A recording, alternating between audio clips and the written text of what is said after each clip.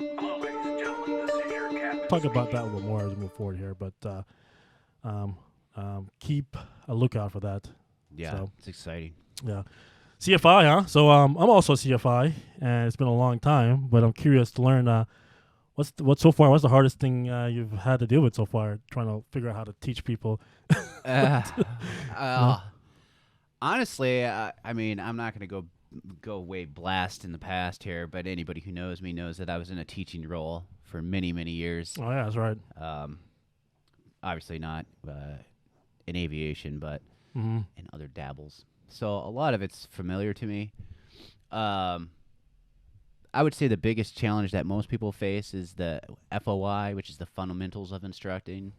Yeah. Which is, right, I'm going to throw out a big word for you, the pedagogy, which is basically the teaching, the principles of teaching. The pedagogy Pedagogy. is that a term they use in the FOI?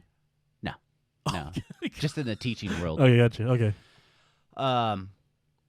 But CFI is half instructing in the airplane, but also learning human psychology, right? Mhm.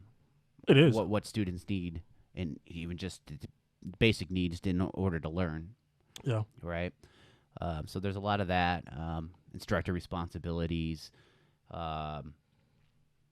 conduct, Mhm. things that you think would be evident, but some people probably lack.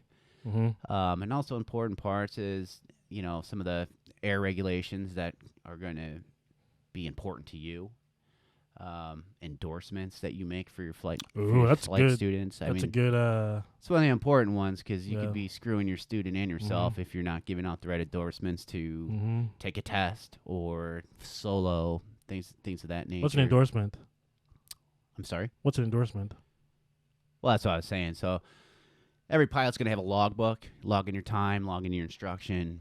So in that logbook, in order to achieve certain steps in your learning, you have to have an endorsement from your flight instructor. So it could be as simple as, you're going to do your first solo taking off and landing Mhm. at your airport. So Yeah. there's certain criteria that needs to be met and verified by your instructor. Mhm. Should I say provided by, and then verified by your instructor. Yeah. That has been done, Mhm. and then you write it in their logbook. Now Yeah. the student is ready to do this solo. Yeah. So that's really what. Yeah. It's simple as It's that. powerful, Yeah. powerful thing. Well, it's basically just saying, hey, I've certified. It's like I certify that this person is trained and proficient and ready, based on what I know, to do whatever it needs to be done. And so that's what it is. And it's you. You're putting your own. Exactly. You're putting your own. So if you say, hey, this kid can land, he or she can land this airplane, and like he or she goes up and don't land that airplane, Right. you're gonna have to explain why you endorse that person to go land that airplane. Right. So yeah, absolutely, it's a powerful thing. It is a powerful thing. So very good. So that's the hard part. You think it's based on what you've Honestly, seen so far? I could see how that would be the hard part, and not to toot my own horn here. Yeah, I think I've been having just more fun which doing is it. good, man. I think I worked myself up into a frenzy hearing everybody talk. You go to these Facebook groups, Instagram, every pilot talks trash if you run into one in a bar. All you hear about is how rough CFI is, but in all honesty, it's nothing like they made it sound like it was going to be, at least for me. Yeah, I think if that's the way you want to go, if you're fearing being a CFI, then you may have a little more hard time with it. But I've soaked it in and enjoyed it, so it makes you feel. You start to. I think you fear in the beginning that you're not going to be as wise as you should be at that point, yeah. and maybe some people are let down. Mhm. But I think that for myself, and actually everybody who's in my ground course with me, I think we're learning how much we actually know. Mhm. It's surprising and exciting, and that gives you your confidence to keep going. So as long as you're up for the work, because there is a workload, you do got to study. It's more fun than hard. From my experience, what you'll learn this is from my experience, is that especially if you take somebody up, it's your initial training. They've never flown before. You'll feel a lot wiser than you. You realize that actually this person is really dependent on me. Right. They don't know anything. They look at you like you know everything. Right. So you start acting like you know everything. and you have to. So you realize that you you actually you know a lot more than you do because you have to. Because when that guy's coming in and flaring at 200 feet off the ground, you know, you realize it and it comes in quick. I think you start realizing, man, I'm you know, I'm okay. I know how to do this. You know? Yeah. That's how I felt. Yeah. You know? So Still a little scary though. I can see how. I was telling you the other day we did a simulator session where it was basically 12 to 14 landings from a final approach, where the instructor basically said, "I'm a student. I'm going to try to kill you today," and each one was a different something that they could do or might do that you're going to have to be ready to correct for. And the hard part is what they try to drill into you is if you're holding on to controls all the time and your student's confidence is just going to be busted, right? Yeah, The student can't knows, do they it. sees that. So you kind of just have to relax, but be ready to go Mm-hmm. when it comes to save the day. So it was a lot of fun to do that sim, but it was also kind of eye-opening where it's like, I'm having fun now, but I know when we get to that first student, that first landing I let them do, it'll really test me. Well, no, well, yeah. Well, this is what's gonna happen. I'm telling you.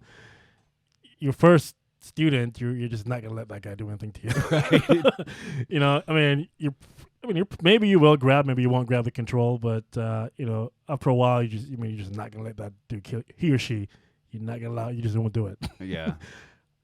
What's gonna happen is that you're gonna get to a point where now you're experienced instructor, and you're confident, you know what you're doing, and you're gonna be sitting next to a student that it's also experienced and maybe a commercial pilot and so forth, and you're lax and when that complacency comes in. I'm telling you this is just going to happen to you. So this is what happened to me. I'll tell you what happened to me. We were flying to it was Lake Havasu or whatever. I went to Lake Havasu. He was a commercial pilot, good student. I mean, that guy. I mean, he was so good that we would compete on soft landings. Him and I, who is a better soft lander or whatever, because he was that good. And for some reason, this guy, we're doing a cross country to Lake Havasu in Arizona here, and he was watching YouTube watching 747 doing cross landings. Yeah. You know, now you're thinking, okay, well, this guy knows how to land. It was an Archer, so you're not worried about, you're okay. He's fine. He's stable. He's coming on the approach. So for some reason, he's watching 747s doing whatever it was, a large aircraft doing crosswind landings, and decide, hey, I'm gonna go try this with the Archer, with me in there, Nice. and see how it works out. And that's what he did. He came in, Nice 45 degrees. yeah, man, try to land that thing crab and try to kick the rudder, almost, and I noticed it just in time to save our lives, because I didn't expect it, because he's an experienced student, Right.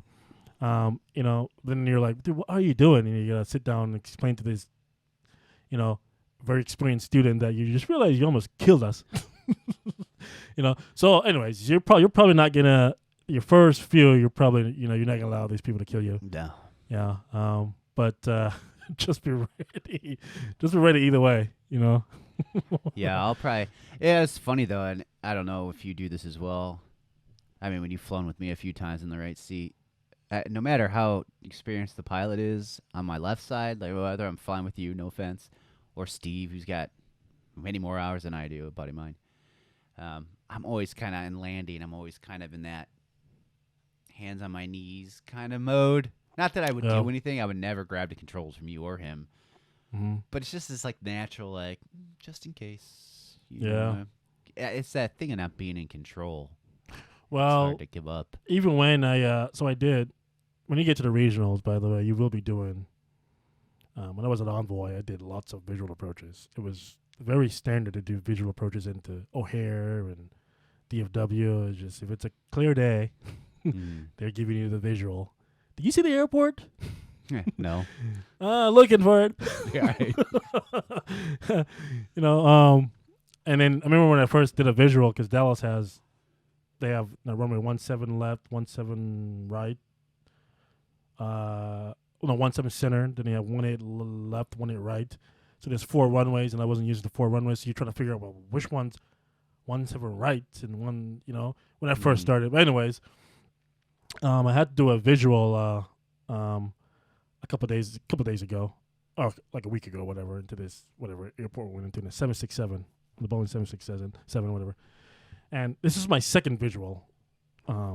in the same airport for some reason. I don't know why. But they gave us a runway that didn't have any instrument procedures on there. Wow. So we had to build. The 7.6 allows you to build like a visual approach. The sky was clear. The winds were facing that runway, whatever. So you can build that, like a visual approach. It gives you like a path. You can navigate down or whatever. You can keep the autopilot on, based on what I'm saying, on that visual or whatever. Interesting. So I built it, and everything was good. And I looked up, and I realized that what we built had the runway off towards like the left. And I was like, it's like great. So I was like, I'm just gonna click it off and hand fly it because the runway's off towards the left. So I clicked it off. I was hand flying it, and unfortunately, sometimes when you build those approaches, it brings you in low, and I couldn't see the Vassies and the Peppies or whatever. Not until I get like really close. They were there. I didn't even know they were there. I thought it was just there's nothing there. Anyways, but we're coming in, and this is an experienced captain I was flying with, and I want my